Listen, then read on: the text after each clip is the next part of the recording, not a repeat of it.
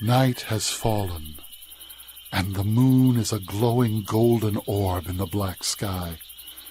See how it shines on the dark back roads of America, and on one road in particular. Come with us, and we'll take a walk down the moonlit road, for the night is waiting,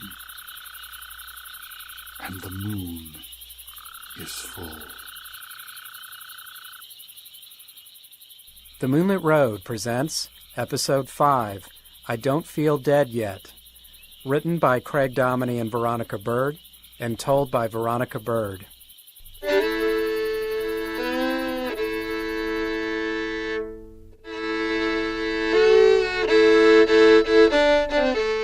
Well, it happened one morning in the deep, dark swamps of Louisiana that Sister Jones woke with a start. She looked at her husband, who was sleeping soundly beside her. She was a bit uneasy, though, for she had dreamed of a beautiful wedding, and her mama had always taught her that to dream of marriage was a sure sign of death.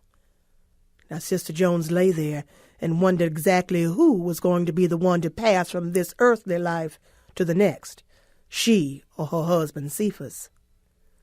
Well, about a week later, she got her answer.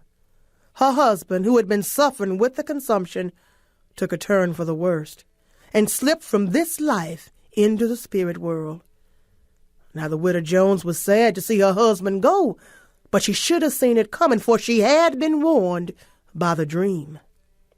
Sister Jones immediately covered all the mirrors in the house soon after her husband died, because it's a well-known fact that if you don't, the image of the dead will remain in those mirrors.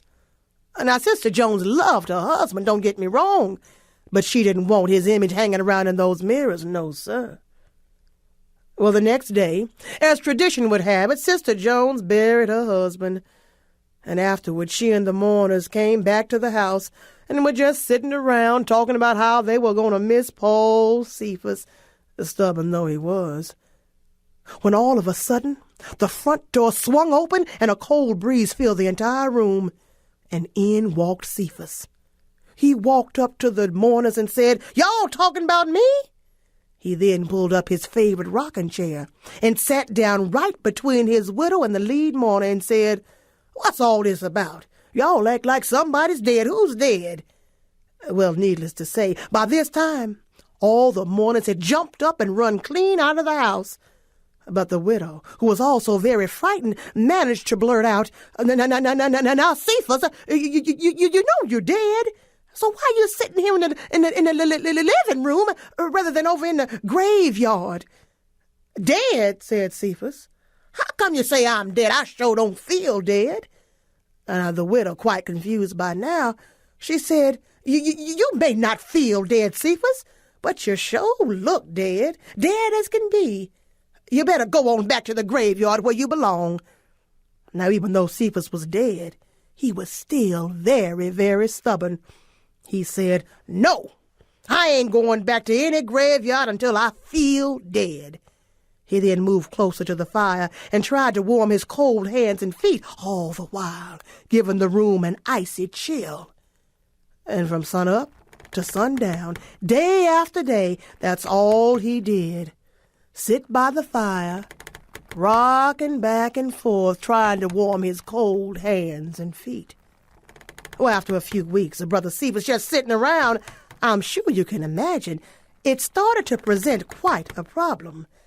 Now, even though Cephus didn't feel dead, he sure did look dead.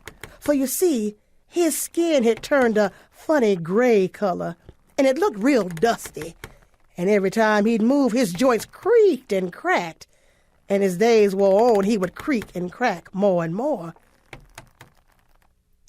Now, the widow Jones, who hadn't received any company since her husband's untimely return, began to wonder just how long this corpse would last. But this was just part of the problem. For you see, the insurance association refused to pay on Cephas's life insurance policy since Cephas declared he was not dead. And the undertaker threatened to take back the coffin since Cephas was not going to lie in it. Now, Widow Jones needed that insurance money awfully bad, And what's more, she was getting really tired of her dead husband just sitting around the house, rocking and creaking and cracking. She tried to convince Cephus time and again to go back to the grave, but each time he'd protest, "Leave me alone, woman.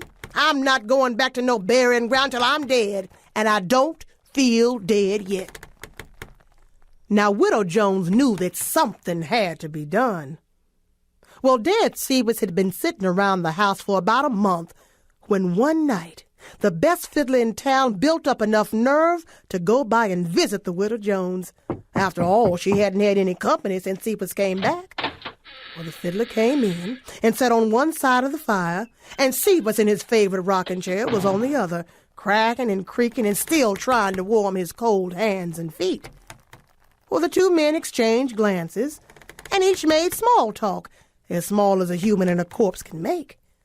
But after a few minutes of this, it was very obvious that the two men were rather uncomfortable. But by and by, Cephus blurted out, "All this sitting around is boring. Let's the three of us do something fun. How about some music, brother fiddler? Let's dance and limber up our joints." Though still trying to get used to the fact that he was sitting and talking with a corpse, the fiddler got out his fiddle and he started to play. When Cephus heard that music, he jumped up, shook himself about, and he started buck dancing right down there in the middle of the floor. "That's more like it," he hollered, and he skipped and he pranced about, his old rotten bones creaking and a-cracking even louder than before. For a dead man, he sure could dance. In fact, he danced so hard that a piece of his arm flew loose and fell on the floor. Not believing his eyes, the fiddler stopped playing and said, "Good golly, look at that." The widow grinned at the sight, an idea coming to her head. "Play faster," she said, "play faster." The fiddler played faster, and Cephus danced faster. He danced so fast, as a matter of fact, that pieces of his bone went flying every which way.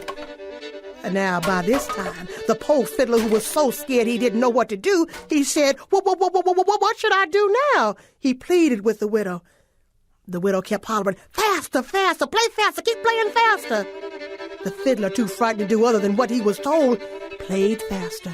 Cephus danced faster, and the fiddler played faster still. Well, Cephus danced faster and faster.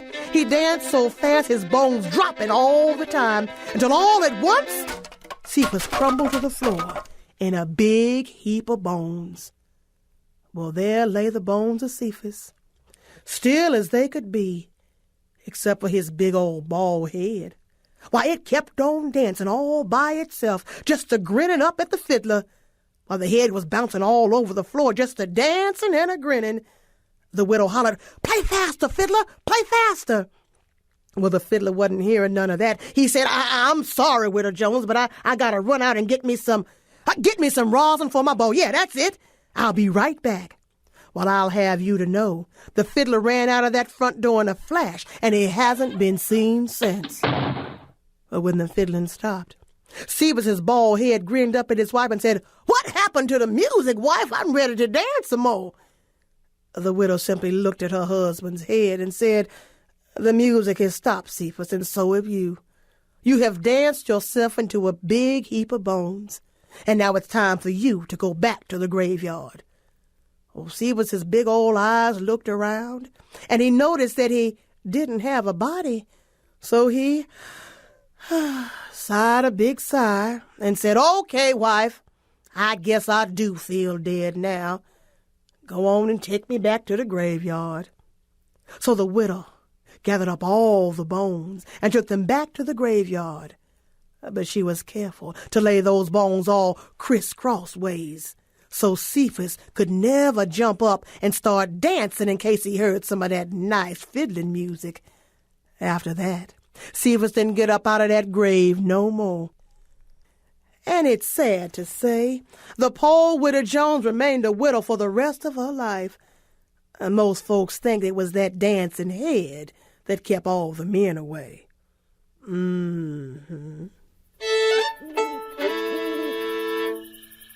That concludes this tale from The Moonlit Road.